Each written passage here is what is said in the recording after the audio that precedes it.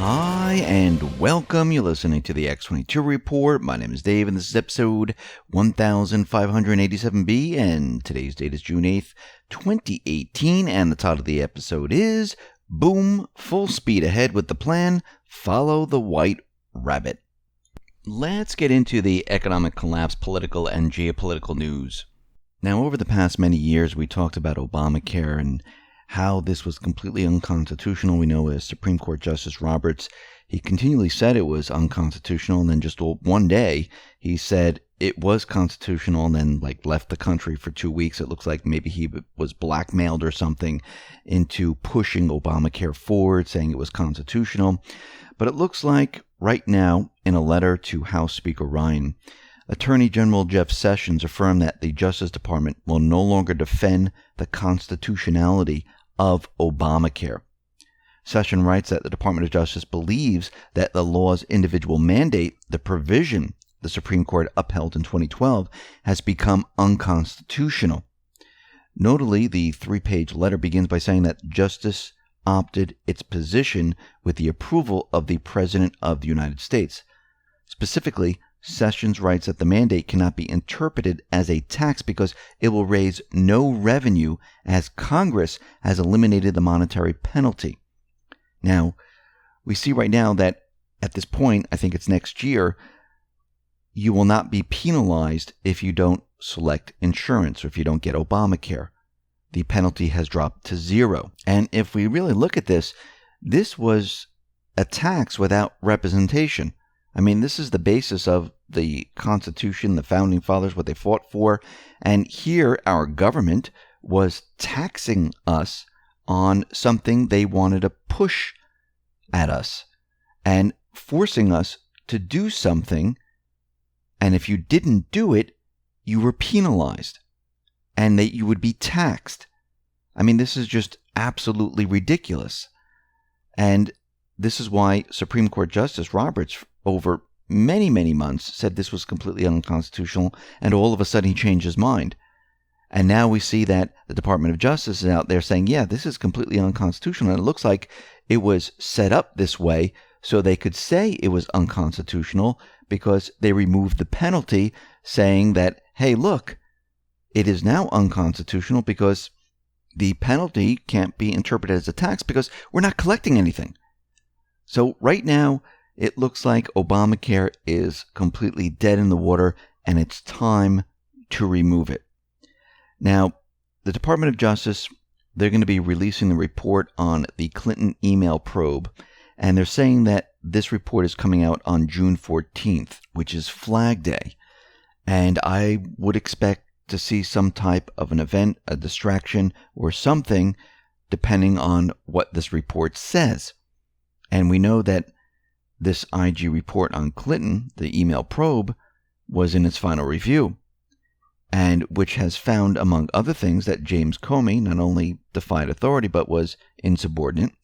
We finally have the long-awaited drop date, which is June 14th, and the Department of Justice Inspector General Michael Horowitz told Senate Judiciary Committee Chairman Charles Grassley in a letter on Thursday that this office is planning to release the highly anticipated report detailing broad allegations of misconduct by FBI and Justice Department officials in the months leading up to the 2016 election. And it only gets better from there because Horowitz also said that he will testify before the Judiciary Committee on the 18th of June. And I believe a lot of people are going to be watching that. Now, it all depends what comes out of all this, but this is going to include certain things on Hillary Clinton, the email, and other things. Now, are they going to release all of this? Maybe, maybe not. But the debate is going to go back to the Clinton email server. And I think this is why Trump has been tweeting out about A1, Debbie Wasserman Schultz, the server, and he's leading up to this, and he's pushing everything in this direction. We see something very interesting happened here. A long-time former director of security for the Senate Intelligence Committee, James A. Wolf, was indicted and arrested Thursday night on charges of giving false statements to the FBI agents in 2017 about repeated contacts with 3 reporters.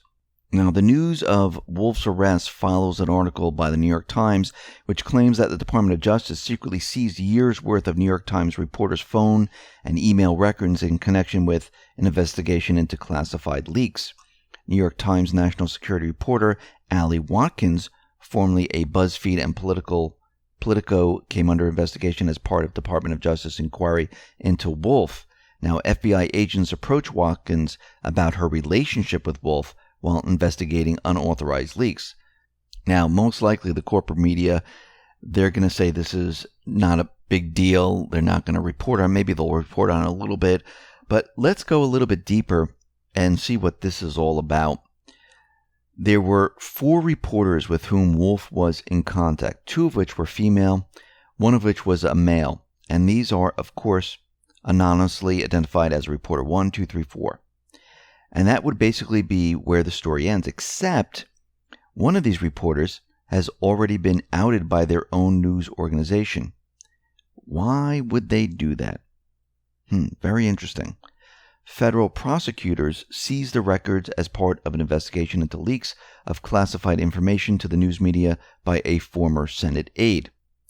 Ali Watkins worked for BuzzFeed, Politico, and New York Times. And she wrote many different stories. Here's some of them. U.S. officials are warning about a Russian cybersecurity company's U.S. government ties. The CIA's directors went in hard against WikiLeaks. A former Trump advisor met with a Russian spy. It's hard to overstate just how strange the House Intelligence Committee's drama is. Now, you can see she was the leader in all these type of stories. Here's another one. Former top Trump aide Mike Flynn was investigated by the FBI, sources say. So she was pushing out these headlines, pushing out these stories, and she was the reporter on this. But what does this indictment have to say about Miss Watkins, about reporter number 2? She's reporter number 2. Well, let's go to the indictment. During, in, or around 2013, and in or around 2014, reporter number 2 was an undergraduate student serving as an intern with a news service in Washington, D.C. In approximately December 2013, Wolf and reporter number 2 began a personal relationship that continued until around 2017 of December. From in around mid-2014 through in or around December 2017, reporter number 2 was employed in Washington, D.C. by several different news organizations covering national security matters, including matters related to the SSCI. During this period, reporter number 2 published dozens of news articles about SSCI and its activities. So, 22-year-old Watkins was sleeping with 53-year-old married Wolf in exchange for intel for 4 years. They had already had this arrangement going prior to Trump, and when Trump was stepped into office, they decided to turn against him. Now, Wolf denied knowing about the reporter's sources for the article. After Wolf stated that he did not know about reporter number 2 sources, FBI agents confronted Wolf with pictures showing Wolf together with reporter number 2. After being confronted, Wolf admitted to the FBI agents that he had lied to them, that he had engaged in a personal relationship with reporter number 2 since 2014, but maintained he had never disclosed to reporter number 2 classified information or information that he learned as a director of security for the SSCI that was not otherwise publicly available. Wolf also stated that he never provided reporter number 2 with news, leads, intelligence, or information about non-public SSCI matters. So this was bad enough that the FBI had already been investigating way back in 2014 during the Obama administration. So the FBI knew all of this. Wolf had been caught by the FBI on film. They had all of this before. And what did the FBI do? Nothing. They did absolutely nothing. So in another part of the indictment, there's a section where it says the defendant's communication with reporters, number 10. And it reads as follows. Despite Wolf's statements, Wolf had in truth engaged in extensive contact with multiple reporters, including conveying to at least 2 reporters information about Mail 1. Wolf used his personal cell phone, his SSCI-issued electronic mail account, and an anonymizing messaging application, including Signal and WhatsApp, to exchange electronic communications with reporters. Now, what's very interesting about this is the word Signal. Now, where have we seen this before? We've seen this in a Q post number 633, where an anonymous anon put up a phone, the word Signal, and Q confirmed it. So we're seeing the word Signal and phone in the indictment. We're also seeing it in a Q post. So let's dig a little deeper. After the 2016 election, wealthy donors paid a former Senator Dianne Feinstein staffer $50 million to continue exposing Russian meddling in the 2016 election. So a staffer of Dianne Feinstein was paid $50 million to continue exposing Russian meddling in the 2016 election. Now let's think about this for a second and just keep that in the back of your mind. So what was the pattern with Wolf here? An ongoing pattern stretching back years and years and years, stretching back so far you have to wonder, who was protecting him? Who would want to strategically stuff leaked to the press? Who would use an underling to accomplish this and simultaneously allow them to keep their distance? So now we've got junior senators, ex-staffers, lobbyists, and a committee underlings all point back to Feinstein. What about Allie, though? Wonder what was on the phone. What was happening here? And once again, we see that these individuals, it's all connected. And this was an ongoing operation. This is not something that just started yesterday. All of this is been ongoing for quite a while. And we're going to find out a lot more information as this continues forward. I mean, let's follow the white rabbit here. We're going deep down the rabbit hole once again.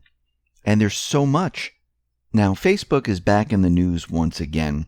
And we need to go back a little bit in time here. Remember 2 months ago, before Facebook announced its plan to publish exclusive content from establishment media outlets, Mark Zuckerberg, the CEO of Facebook, assured Congress that the platform isn't a publisher.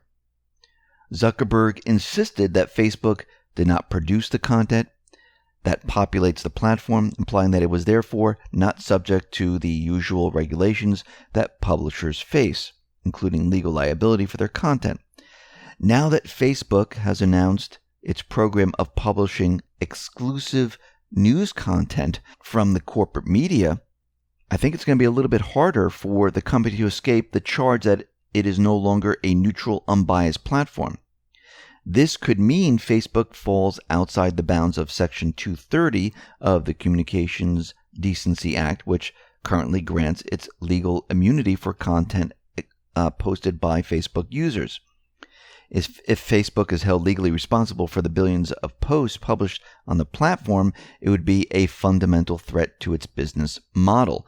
So they're going to be in hot water if they pursue this avenue of basically going down this line, and they're going to be responsible because they will then become a news outlet, which Zuckerberg is saying they're not, but they're moving in that direction.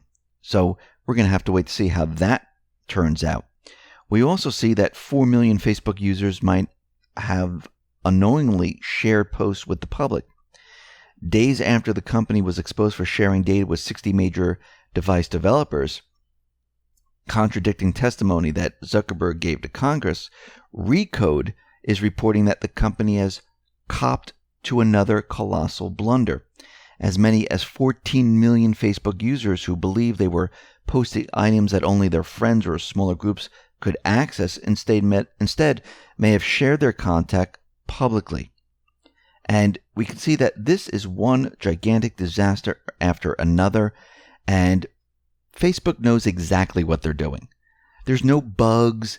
They know that they're selling it. They're receiving money. They know who's accessing their site. They have all the logs. They know exactly what's going on. And this was business as usual. It's always business as usual until these companies get caught. Once they get caught, they say, oh, it was a bug, we didn't know, and they use many, many excuses. But this has been going on for years and years and years. I mean, think about it. They know when you put up a piece of music if it's copyrighted or not. You're trying to tell me they can't tell if data's being stolen from them? Of course they can. They know exactly what's going on, and they're selling most of this data. Now, it looks like Putin and Trump, they might be trying to get together for a summit, and it looked like Putin was asking Austria to set up a summit with Trump in Vienna, and we'll have to wait to see how this turns out. And of course, the corporate media is going to bash this like there's no tomorrow, and we'll have to see how that turns out. We also see the Pentagon right now. They're debating about cutting U.S. Special Forces in Africa, because what they're saying is, why do we have troops in Africa? There's no reason for it, and it's time to start to reduce the number of troops. Now, right now, we have about 1,200 Special Forces in there. We have other forces in Africa, and they want to start reducing the number of forces there. And I think what's going to happen around the world, they're going to look at all these situations. And remember, all these situations, they were created by the deep state. All these hot spots that we see around the world, they had their paid mercenary armies, which was the Islamic State, Al-Qaeda, Al-Shabaab, Al-Nusra, you name it. They were in these countries creating problems. Once the problem was created, the deep state would say, hey, we can help out with that. You have terrorists, we can send troops to that area. And basically the troops would garrison the current country. And the deep state would then have control over the country. And they'd say, oh, you need more equipment? We'll sell you more equipment. And this is what they've done throughout the countries. And we know it's been done in the Middle East, where they created a problem there, and the problem escalated, and then there was regime change. And then those people who didn't like regime change, they wanted their governments back. So the deep state passed laws saying that they can go after Al-Qaeda anywhere. And it wasn't really Al-Qaeda they were going after, because Al-Qaeda is their paid mercenary army. They were going after all those individuals that didn't like the puppet governments. They called them Al-Qaeda. That's how it worked. They used Al-Qaeda, the terrorists, to remove the leaders. Once the leaders were removed, they called all those people who were against the new puppet government Al-Qaeda, so they could use drone strikes and basically continue this war against the people who didn't want the U.S. in the country. This is how the deep state worked. I mean, look at Syria. That's a perfect example. They're using the Islamic State, Al-Qaeda, Al-Nusra to remove Assad. Once Assad was removed, they would say, okay, Al-Qaeda is trying to attack the puppet government. Then they would use drone attacks against Al-Qaeda. But it wouldn't be Al-Qaeda, it would be the people that didn't want the puppet government. They just switched it around. That's all they did. And they made us believe that they were going after terrorists. They weren't. They took their paid mercenary army and they moved them off to someplace else to do something else in another country. So here we are today. The Pentagon, the Patriots, they're looking around the world saying, whoa, what do we need all these troops for? Why are we in Africa? Well, we were in Africa because the Chinese were in Africa. But right now, everything is changing. China didn't bring troops into Africa. China was dealing with many of the African nations economically to set up for the One Belt, One Road. And we see right now that there's no reason for the U.S. to be in all of these areas, because all of these areas were created by the deep state. They call them hotspots. We need to go into these areas, and there's no reason for it anymore. So everything is changing right now, slowly but surely. But we can see right now the Patriots, they do have the control. They're pointing fingers. They're bringing out the indictments. These are year-long investigations, and we're going to see a lot more of this coming up. Listen, everyone, thanks a lot for listening. Be well, be safe, and especially be prepared. Thanks a lot.